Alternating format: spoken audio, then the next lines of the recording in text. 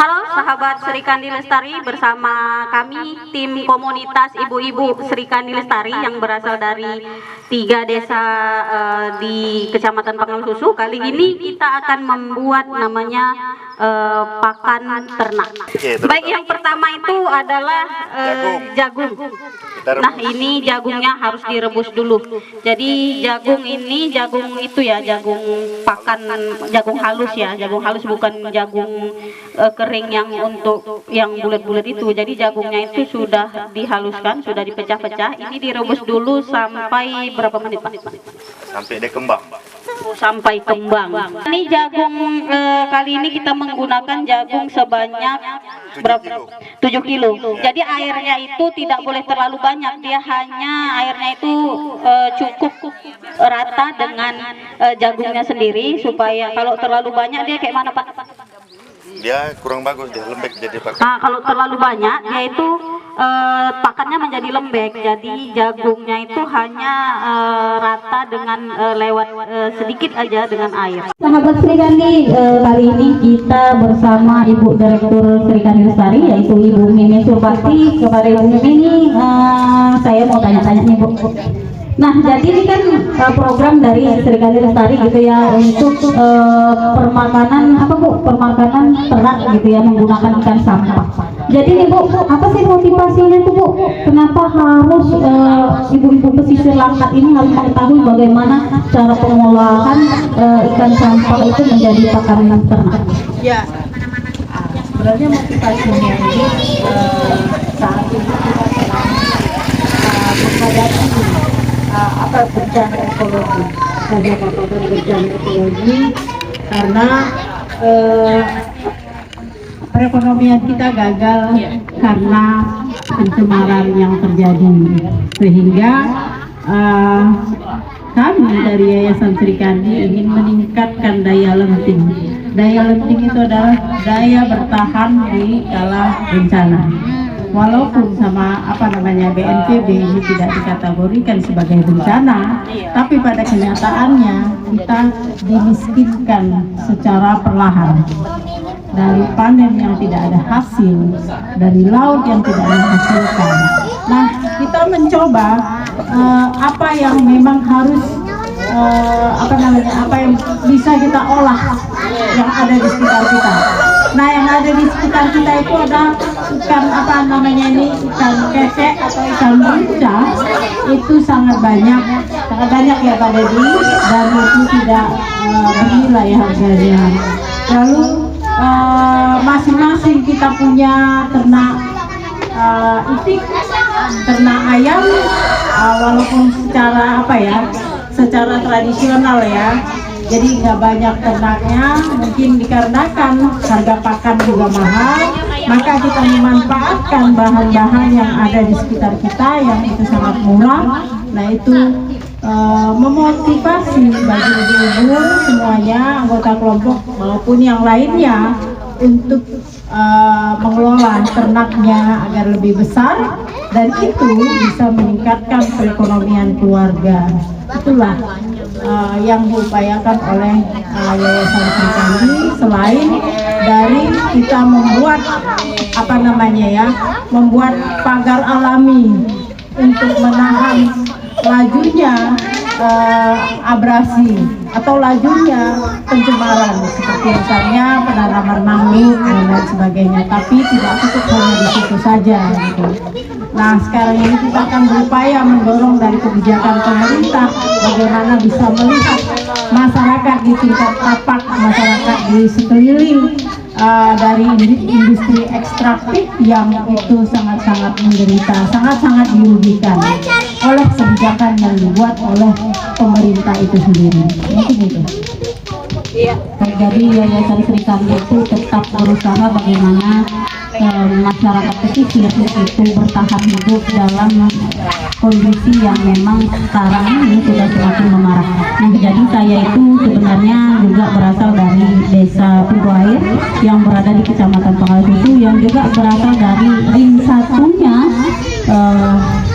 perusahaan yang sekarang ini membuat banyaknya gejala-gejala yang mencekik kita, dari mulai anak-anak kita yang terserang penyakit, anak-anak kita yang masih umurnya 1 tahun 6 bulan, bahkan sebelum 2 tahun sudah mengalami sesak napas, kemudian belum lagi orang tua yang memang sudah paru-parunya hitam, dan ditambah lagi dengan pertanian kami yang terus semakin gagal dan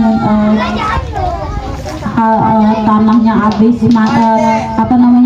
padinya habis hangus terbakar. Belum lagi ditambah dengan seperti Pak Dedi ini, dia adalah seorang nelayan yang sekarang sudah mulai hampir pensiun menjadi nelayan. Kenapa? Nah, mungkin Pak Dedi bisa dari saya bisa menjelaskan kenapa sih Pak Dedi sekarang ini sudah hampir, saya katakan hampir pensiun sebagai nelayan. Mungkin Pak Dedi bisa menjelaskan apa sih sebenarnya yang terjadi sekarang ini, nelayan sekarang ini. Boleh Pak Dedi? Perkenalkan, sama saya Dedi Sudanto. Makanya saya sudah hampir pensiun dari nelayan karena berpenghasilan sudah tidak mencukupi lagi, kan gitu. Karena ditambah lagi dengan adanya sekarang ini laut sudah tercemar dengan adanya limbah-limbah yang dibuang orang ini, seperti PLTU, limbah semua dibuang ke laut. Jadi seperti kami yang nelayan-nelayan kecil ini sengsara. Jadi itulah penghasilan laut kami sudah tidak mencukupi lagi lah. Jadi sudah gitu. Jadi sampan itu tadi sampan sudah dijual atau bagaimana masih digunakan? Sudah dijual. Sudah dijual. Nah, sudah dijual karena tidak mencukupi.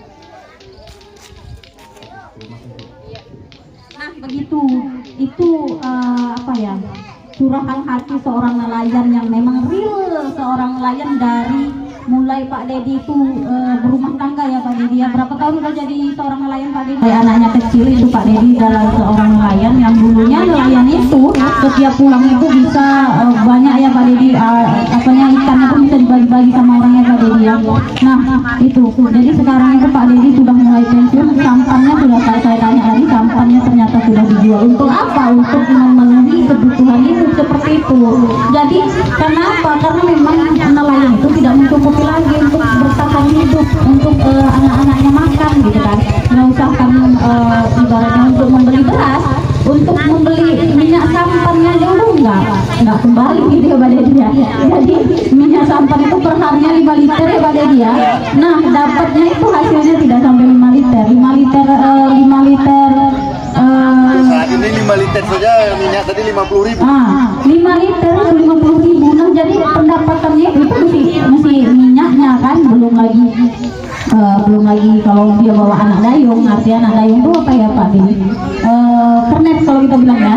Nah belum lagi nanti bawa anak dayung. Nah, jadi memang tidak mencukupi. Daripada memang tidak ada hasil, kemudian kita juga lelah, dan kemudian kita juga tidak bisa tidur, dan pulang pun tidak membawa hasil. Jadi sampah itu diputuskan oleh Pak Dedi untuk dijual. Nah jadi sahabat Srikandi, kalau sudahlah sampah itu dijual, berarti Pak Dedi sudah tidak lagi menjadi nelayan, berarti Pak Dedi sudah tidak lagi mendapat penghasilan di dalam laut, kan seperti itu kan. Jadi apa yang sekarang Pak Dedi kerjakan ya? Buruh pasar ya Pak Dedi. Jadi sekarang itu buruh pasar. Nah begitulah memang yang dialami oleh masyarakat pesisir di Pangkalan Pesisir. Jadi sahabat Srikandi harus memang mendengar real dari orangnya sendiri. Jadi memang banyak orang yang memang merasa Allah itu paling pandai-pandaian itu, atau Allah itu paling berjalan alam gitu kan. Jadi sebenarnya bukan seperti itu. Jadi sahabat Srikandi, yang dilakukan oleh Srikandi saat ini itu agar apa?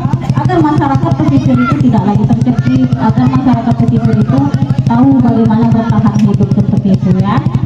Nah jadi ini masih ditambah-tambah airnya, kenapa? Karena belum itu ya Pak Dedi ya, belum keras ya, masih keras. Jadi memang dia harus sampai lembut agar di getoknya itu mudah. Nanti ini bahan-bahan ini dicampur semua Pak Dedi? Iya, campur.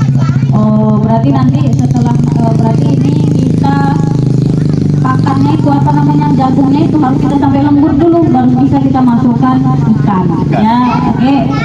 Jadi kita menggunakan alat tradisional, nanti metodenya itu pakai lesung masing-masing yang dibawa oleh ibu-ibu kita ini.